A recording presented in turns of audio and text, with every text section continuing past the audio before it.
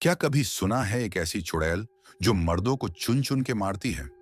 एक भयानक दास्तान चेतावनी। यह कहानी अत्यधिक भयानक और विचलित करने वाली हो सकती है।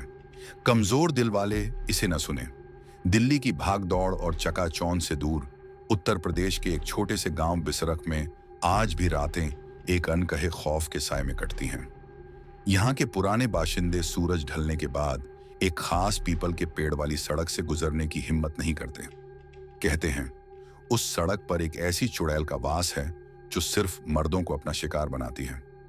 यह कोई साधारण भूत प्रेत की कहानी नहीं, बल्कि एक ऐसे खौफनाक रहस्य की दास्तां है जिसने कई घरों के चिराग बुझा दिए थे। अजय की घर वापसी और अनहोनी की आहट से कहानी की शुरुआत होती है। अजय, जो दिल्ली में एक मल्टीनेशनल कंपनी में काम करता था, सालों बाद वह अपने दोस्त सुमित की शादी में शामिल होने के लिए अपने गांव बिसरख लौटा था। गांव की धूल भरी सड़कों और पुराने घरों को देखकर उसकी पुरानी यादें ताजा हो गईं।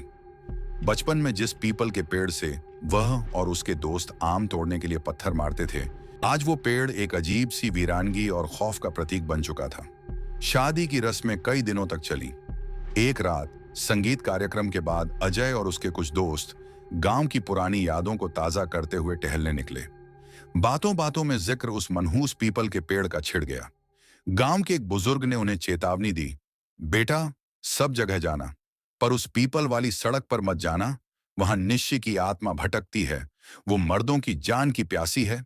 अजय और उसके शहरी दोस्तों ने इसे गांव वालों का अंधविश्वास कहकर मजाक में उड़ा दिया। चाचा, जमाना कहां पहुंच गया और आप अभी भी चुड़ैलों की कहानियों में अटके हैं? अजय ने हंसते हुए कहा। पहली भयानक मुलाकात उसी रात। देर तक जश्न मनाने के बाद अजय बाइक से घर लौट रहा था। शॉर्टकट के चक्कर में वह उसी पीपल वाली सड़क पर मुड़ गया। कुछ दूर जाते ही उसकी बाइक अचानक बंद हो गई। चारों तरफ घना अंधेरा और भेड़ियों की डरावनी आवाजें गूंज रही थीं। तभी उसकी नजर पीपल के पेड़ के नीचे खड़ी एक औरत पर पड़ी। उसने सफेद साड़ी पहन रखी थी और उसके लंबे काले बाल हवा में लहरा रहे थे। कोई मदद चाहिए?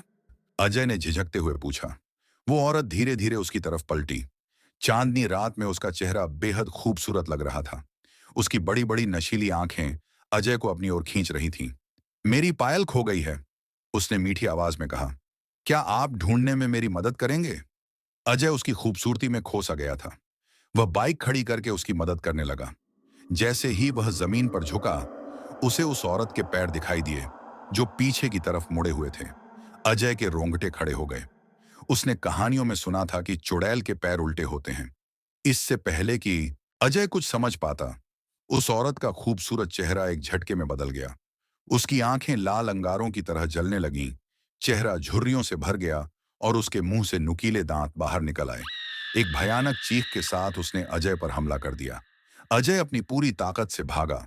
उसे ऐसा महसूस हो रहा था जैसे कोई अदृश्य शक्ति उसका गला घोंट रही हो। वह गिरता पड़ता किसी तरह गांव की सीमा में दाखिल हुआ और बेहोश हो गया। खौफ का बढ़ता साया और निश्चय का अतीत। सुबह जब अजय की आंख खुली तो वह अपने घर पर था। उसके शरीर पर खरोंचों के निशान थे और गला बुरी तरह सूज गया था। उसने गांव वालों को रात की घटना बताई, लेकिन किसी को यकीन नहीं हुआ। लोगों ने सोचा कि शायद किसी जानवर ने हमला कर दिया होगा, लेकिन यह तो सिर्फ शुरुआत थी। कुछ दिनों बाद सुमित का छोटा भाई रहस्यमयी परिस्थितियों में गायब हो गया। उसकी लाश अगले दिन उसी पीपल के पेड़ से लटकी मिली। उसकी आंखों में वही खौफ था जो अजय ने उस रात देखा था। पूरे गांव में मातम छा गया। अब गांव वालों का अंधविश्वास यकीन में बदल चुका था। एक पुराने तांत्रिक को बुलाया गया। तांत्रिक ने बताया कि उस चुड़ैल का नाम निश्चय है। कई साल पहले गांव के कुछ दबंगों ने निश्चय के साथ सामूहिक बलात्कार किया था और उसे उसी पीपल के पेड़ से लटकाकर मार डाला था। मरते मरते निश्चय ने श्राप दिया था कि वह इस गांव के हर मर्द से अपनी मौत का बदला लेगी। उसकी आत्मा उस पीपल के पेड़ में वास करती है और रात में खूबसूरत औरत का रूप धरकर मर्दों को अपने जाल में फंसाती है। चरम भयावहता की रात। तांत्रिक ने बताया कि निश्चय को रोकने का एक ही तरीका है, उस पीपल के पेड़ को जलाना होगा। लेकिन यह काम अमावस्या की रात को ही किया जा सकता है और यह बेहद खतरनाक होगा, क्योंकि उस रात निश्चय अपनी पूरी ताकत में होगी। अजय, जो अब तक खौफ से कांप रहा था, अपने दोस्त के भाई की मौत का बदला लेने के लिए तांत्रिक की मदद करने को तैयार हो गया। अमावस्या की उस काली रात में अजय, तांत्रिक और कुछ हिम्मत वाले गांव वाले हाथों में मशालें और कुल्हाड़ियां लेकर उस पीपल के पेड़ की ओर बढ़े। जैसे ही वे पेड़ के पास पहुंचे, हवाएं तेज हो गईं और आसमान में बिजली कड़कने लगी। पेड़ की शाखाएं सांपों की तरह लहराने लगी। तभी उन्हें एक औरत के रोने की आवाज सुनाई दी, जो धीरे धीरे एक भयानक अट्टहास में बदल गई। निशि का भयावह रूप उनके सामने था। उसकी आंखें खून की तरह लाल थीं और उसका शरीर हवा में तैर रहा था। आज तुम में से कोई जिंदा नहीं बचेगा, वह चीखी। उसने एक एक कर गांव वालों पर हमला करना शुरू कर दिया। किसी को हवा में उठाकर पटक दिया तो किसी की गर्दन मरोड़ दी। तांत्रिक मंत्रों का जाप कर रहा था, लेकिन निश्चय का क्रोध चरम पर था। उसने तांत्रिक पर हमला किया और उसे गंभीर रूप से घायल कर दिया। अब सिर्फ अजय बचा था। निश्चय अजय की तरफ बढ़ी। उसका खौफनाक चेहरा अजय से कुछ इंच की दूरी पर था। अजय की सांसें रुकने लगी थीं। तभी घायल तांत्रिक ने चिल्लाकर कहा, अजय, पेड़ की जड़ में कुल्हाड़ी मारो, वहीं उसकी जान है। अजय ने अपनी पूरी हिम्मत जुटाई और पास पड़ी कुल्हाड़ी उठाकर निशि को धक्का दिया और सीधे पीपल के पेड़ की सबसे मोटी जड़ पर पूरी ताकत से वार कर दिया। कुल्हाड़ी के लगते ही एक कान फाड़ देने वाली चीख निकली। निशि का शरीर तड़पने लगा और पेड़ से खून की धारा बहने लगी। अजय एक के बाद एक वार करता रहा।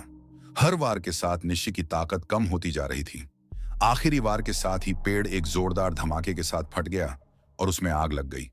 निशि का चीखता हुआ शरीर आग की लपटों में समा गया। खौफ का अंत। उस रात के बाद बिसरक गांव में फिर कभी किसी ने निशि को नहीं देखा। गांव वाले आज भी उस घटना को याद कर कांप उठते हैं। कहते हैं कि पीपल का वो जला हुआ पेड़ आज भी वहां मौजूद है, एक खौफनाक अतीत की याद दिलाता हुआ। लेकिन कुछ लोगों का मानना है कि निशि का अंत नहीं हुआ है। वह बस सही समय का इंतजार कर रही है, किसी नए शिकार की तलाश में, किसी नए अंधेरे रास्ते पर, किसी नए पीपल के पेड़ के नीचे, शायद आपके शहर में।